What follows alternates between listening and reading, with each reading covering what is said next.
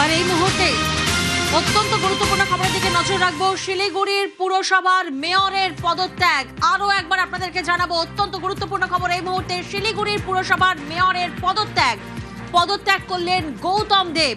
পুর কমিশনারকে ইস্তফাপত্র জমা গৌতমের। পার্থ প্রতিনিধি আমাদের সঙ্গে রয়েছেন। পার্থ, কি জানা যাচ্ছে? আরো একবার আপনাদেরকে জানাবো, শিলিগুড়ি পুরসভার মেয়রের পদত্যাগ করলেন গৌতম দেব। পুর কমিশনারকে ইস্তফাপত্র জমা দিয়েছেন গৌতম দেব। পার্থ প্রতিনিধি আমাদের সঙ্গে রয়েছেন। পার্থ, কি জানা যাচ্ছে? এখন শিলিগুড়ি পৌরসভার মেয়র পদ ছাড়লেন গৌতম দেব। 2022 সালে তিনি কিন্তু এই মেয়র পদে ছিলেন এবং রাজ্যের পালা বদলের পর তিনি কিন্তু পূর্ববর্তী আসলেন, কিন্তু আজই তিনি এই মেয়র পদ থেকে পদত্যাগ করলেন। ইতিমধ্যেই যে সরকারি গাড়ি এবং নিরাপত্তা রক্ষী ছেড়ে দিয়েছেন এবং শিলিগুড়ি পৌরসভার যে কমিশনার তার হাতে পদত্যাগ পত্র কিন্তু ইতিমধ্যেই পাঠিয়ে দিয়েছেন। তাই এবং আগামী বছরের ফেব্রুয়ারি পর্যন্ত মেয়াদ ছিল এই বর্তমান বোর্ডের। আগামী বছরের একেবারে পার্থ, তুমি আমাদের সঙ্গে থাকো। আরো একবার আমাদের দর্শকদেরকে জানাবো,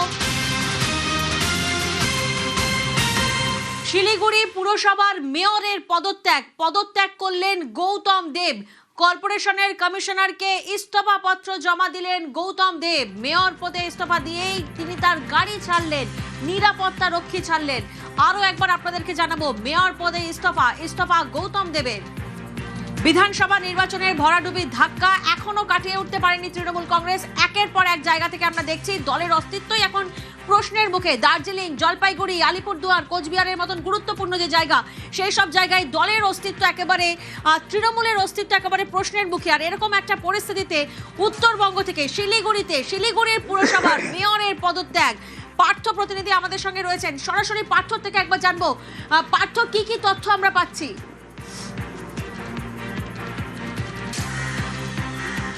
একেবারেই তাই। পালা বদলের পর প্রায় মাস দুয়েক হতে চললো। শিলিগুড়ি পুরসভায় কিন্তু নিয়মিত যাচ্ছিলেন মেয়র গৌতম দেব এবং মেয়র হিসেবে যাচ্ছিলেন গৌতম দেব, যেটা রাজ্যের অন্য প্রান্তে বা অন্য জেলায় যে ছবি দেখা যায়নি।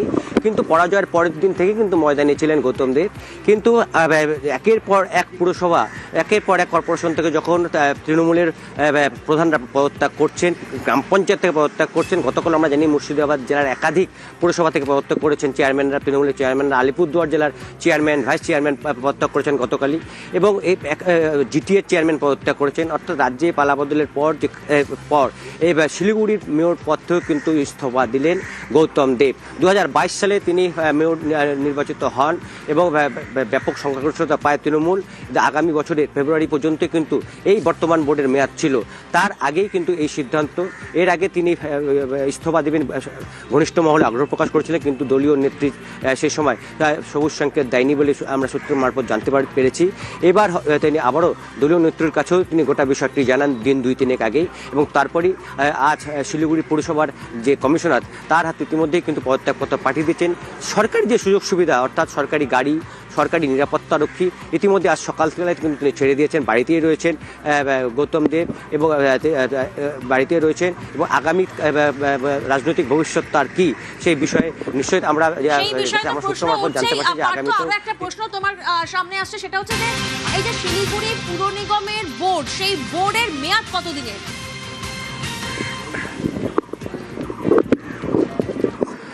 বলছিলাম আগামী বছরের ফেব্রুয়ারি পর্যন্তই কিন্তু এই বর্তমান বোর্ডের মেয়াদ রয়েছে। যে শিলিগুড়ি 47টি ওয়ার্ড বিশিষ্ট শিলিগুড়ি পৌরসভা, তার মধ্যে 37টি ওয়ার্ড কিন্তু তৃণমূলের দখলে যায় 2022 সালে, এবং 10টি ওয়ার্ড যায় বিরোধীদের দখলে, এবং আগামী বছরের ফেব্রুয়ারি পর্যন্ত এর মেয়াদ রয়েছে। তার আগেই জুলাই মাস কয়েক আগে কিন্তু মেয়রের পদ থেকে ইস্তফা দিলেন। তুমি আমাদের সঙ্গে থাকো। শিলিগুড়ি পুরসভার মেয়রের পদত্যাগ। আমরা যোগাযোগ করেছি শিলিগুড়ির প্রাক্তন মেয়র ও বর্ষিয়ান তৃণমূল নেতা গৌতম দেবের সঙ্গে। মেয়র পদ থেকে ইস্তফা দেওয়ার পরই তার সঙ্গে আমরা যোগাযোগ করি, কিন্তু তিনি কোনো প্রতিক্রিয়া দিতে নারাজ। শিলিগুড়ির পুরসভার মেয়রের পদত্যাগ করলেন গৌতম দেব। আমরা যোগাযোগ করেছিলাম শিলিগুড়ির প্রাক্তন মেয়র ও বর্ষিয়ান তৃণমূল নেতা গৌতম দেবের সঙ্গে, তবে তিনি এই মুহূর্তে কোনো রকম প্রতিক্রিয়া দিতে নারাজ। কর্পোরেশনের কমিশনারকে ইস্তফাপত্র জমা দিয়েছেন গৌতম দেব। মেয়র পদে ইস্তফা দিয়েই গাড়ি ছেড়েছেন তিনি, নিজের নিরাপত্তা রক্ষী ছেড়েছেন। পার্থ, যেমনটা তুমি বলছিলেন, আজ সকালেই নিজের মোটর বাইকে করে তিনি যাতায়াত করছেন। লাইভে আছে। একবারে তাই। আজ সকাল থেকে কিন্তু যে সরকারি গাড়ি সে গাড়ি তিনি ছেড়ে দিয়েছেন। তার যে নিরাপত্তা রক্ষী ছিল সেই নিরাপত্তা রক্ষী তাও কিন্তু তিনি ছেড়ে দিয়েছেন। অর্থাৎ অফিসিয়ালভাবে যেসব সুযোগ সুবিধা তিনি সরকারিভাবে পেতেন তা কিন্তু সম্পূর্ণভাবে আজ থেকে ছেড়ে দিলেন তিনি। এবং আমি যেটা বলছিলাম যে রাজ্যে পালাবদলের পর অন্য প্রান্তে অন্য জেলায় যে ছবি আমরা দেখিনি বা কেউ দেখেনি, শিলিগুড়ি মেয়র হিসেবে কিন্তু গৌতম দেব নিয়মিত পুরসভায় যেতেন। পুরসভার বিভিন্ন উন্নয়নমূলক কাজ এবং রাজ্য সরকার যেসব নির্দেশিকা পাঠিয়ে আসছিলেন নতুন রাজ্য সরকার, সেই নির্দেশিকা মেনেই কিন্তু তিনি কাজ করছিলেন। দিন দুয়েক আগেও তিনি জনকল্যাণ শিবির গুলিতে তিনি সরাসরি গিয়ে উপভোক্তাদের সঙ্গে কথা বলে আসেন। কিন্তু গতকালই আমরা দেখলাম যে মুর্শিদাবাদ জেলায় একের পর এক পুরসভা যেমন পদত্যাগ করেন তৃণমূল চেয়ারম্যানরা, উত্তরে আলিপুরদুয়ারে চেয়ারম্যান পদত্যাগ করেন, ভাইস চেয়ারম্যান পদত্যাগ করেন, জিটিএ চেয়ারম্যান পদত্যাগ করেন। অর্থাৎ এই পালা বদলের পর এবার সিদ্ধান্ত হলো গৌতম দেব বর্ষিয়ান নেতা, দীর্ঘদিনের রাজনীতিবিদ, 1988 সাল থেকে তিনি কিন্তু এই পুরসভার একজন কাউন্সিলর হিসেবে রয়েছেন। 1988 সালে তিনি প্রথম কাউন্সিলর হন শিলিগুড়ি পৌরসভার শিলিগুড়ি একটা প্রশ্ন সামনে আসছে যে মেয়র পদ ছাড়ার সিদ্ধান্ত ঘিরে রাজনৈতিক মহলে নানা জল্পনা শুরু হয়েছে। কারণ শিলিগুড়ি পুর নিগমের বর্তমান বোর্ডের মেয়র তো এখনো 1 বছরেরও বেশি সময় বাকি। এমন অবস্থায় মেয়রের পদত্যাগ নিছক সাংগঠনিক দায়িত্বের জন্য, নাকি এর পেছনে অন্য কোনো বড় রাজনৈতিক সমীকরণ রয়েছে, কি জানা যাচ্ছে?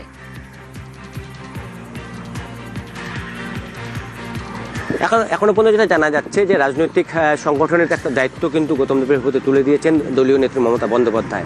দার্জিলিং জেলা সমতলের তৃণমূলের কিন্তু চেয়ারম্যান করা হয়েছে তাকে, যদিও তিনি সেই পদেও থাকতে না, দলীয় সংগঠনের কোনো রকম পদে থাকতে তিনি রাজি নন, এমনটাই তিনি দলীয় নেত্রীকে জানিয়ে দিয়েছিলেন।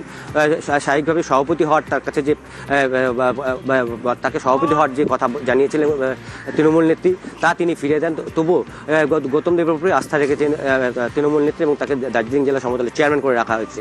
সাংগঠনিক দিকটা একটা বটে, কারণ এই মুহূর্তে সাংগঠনিক দিক থেকে গোটা রাজ্যেই তৃণমূলের ভরাডুবি ঘটেছে। এবং সেই উত্তরবঙ্গে তো যদি ভোটের ফলে নিরীক্ষা হয় তাহলে উত্তরবঙ্গে তো দল একেবারেই ভেঙে গেছে। এবং শিলিগুড়িতেও দার্জিলিং বা শিলিগুড়ি, কারণ আমরা জানি যে যেই গত সদ্যসমাগত বিধানসভা নির্বাচনে গৌতম দেব তিনি তৃণমূলের টিকিটে লড়েছিলেন এবং তিনি তার নিজের ওয়ার্ড 17 নম্বর ওয়ার্ডে তিনি সেই নিজের ওয়ার্ডেও কিন্তু জিততে পারেননি, নিজের ওয়ার্ডেও তিনি ব্যাক হয়েছেন। স্বাভাবিকভাবেই সংগঠনকে এখন নতুন করে সাজানোর একটা পরিকল্পনা থাকতে হবে। পাশাপাশি যে রাজ্যে পালা বদলের পর সরকারিভাবে তুমিও বলছিলে যে বুধবারই তো গৌতম দেবকে তৃণমূলের দার্জিলিং জেলা অর্থাৎ সমতলের সাংগঠনিক কমিটির চেয়ারম্যান করা হয়েছে। সেক্ষেত্রে মানে সংগঠনকে আরো চাঙ্গা করার জন্য দায়িত্ব দেওয়া হয়েছে।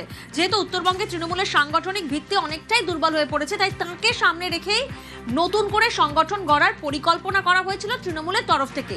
কিন্তু ঠিক তারই কয়েকদিন পর এই যে পদত্যাগ, সেটা রাজনৈতিকভাবে কতটা ইঙ্গিতপূর্ণ? নতুন কোনো রাজনৈতিক সমীকরণ কি সামনে আসছে?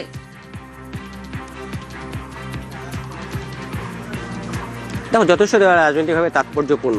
যেটা আমরা যেটা সূত্র মারফত জানতে পারছি যে যেভাবে একজন মেয়র বা একজন চেয়ারম্যান যেভাবে নিজেদের কাজটা করতে পারতেন, সেই কাজে কিন্তু সরকারিভাবে বাধা আসছিল, এমনটা কিন্তু সূত্র মারফত জানা যাচ্ছে। অর্থাৎ রাজ্য সরকার সেখানে কিন্তু হস্তক্ষেপ করছিল বিভিন্ন কাজে। স্বাভাবিকভাবেই যে নিজেদের যে স্বাচ্ছন্দ্যের বা নিজেদের যে স্বাধীনভাবে যে কাজ করা, সেদিকটা যেমন একদিকে বাধাপ্রাপ্ত হচ্ছিল, ঠিক তেমনি পাল্টা চাপও কিন্তু বিরোধী হিসাবে শাসকের কাছে একটা পাল্টা চাপের বার্তাও হয়তো হতে পারে। কেননা একের পর এক রাজ্য জুড়েই কিন্তু তৃণমূল একাধিপত্য ছিল গত 4 মে পর্যন্ত, এবং তারপরেই কিন্তু পালা বদলের পর একের পর এক পুরসভা, পঞ্চায়েত সহ মহকুমা পরিষদ, জেলা পরিষদ কিন্তু ভাঙতে শুরু করেছে। এই অবস্থায় দাঁড়িয়ে এখন তৃণমূলের অস্তিত্ব যথেষ্ট সংকটে। সেখান থেকে ঘুরে দাঁড়ানোর চেষ্টা চালিয়ে যাওয়ার চেষ্টা চলছে বটে, কিন্তু তার ছবি এখনও কিন্তু গোটা রাজ্যে দেখা যায়নি। স্বাভাবিকভাবে বর্ষিয়ান নেতা গৌতম দেব তিনি দীর্ঘদিন ধরে তৃণমূলের সঙ্গে রয়েছেন। যেটা বলছিলাম যে এটাকে তিনি কংগ্রেস থেকে 1988 সালে প্রথমবার কাউন্সিলর হয়েছিলেন।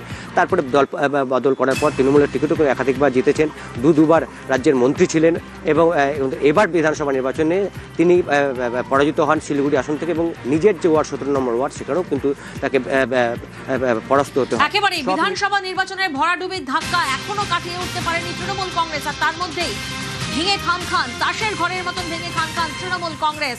কারণ বিদ্রোহী শিবিরে একাধিক জনপ্রতিনিধির যোগদান এবং সাংসদদের বিক্ষুব্ধ অবস্থান জোড়াফুল শিবিরকে আরও চাপে ফেলেছে। আর এই পরিস্থিতিতে উত্তরবঙ্গে তৃণমূলের শেষ শক্ত ঘাঁটি হিসেবে ধরা হচ্ছিল শিলিগুড়ি পুর নিগমকে, কিন্তু এবার সেই দুর্গও হাতছাড়া হয়ে গেল, কারণ শিলিগুড়ির পুরসভার মেয়রের পদত্যাগ করলেন গৌতম দেব। কর্পোরেশনকে কমিশনারকে ইস্তফাপত্র জমা গৌতম দেবের। মেয়র পদে ইস্তফা দিয়েই তিনি তার গাড়ি ছেড়েছেন, নিরাপত্তা রক্ষীও ছেড়েছেন। আপনাদেরকে জানাবো 2027 ফেব্রুয়ারি পর্যন্ত শিলিগুড়ি পুরসভার মেয়াদ রয়েছে, তবে তার আগেই গৌতম দেবের পদত্যাগ।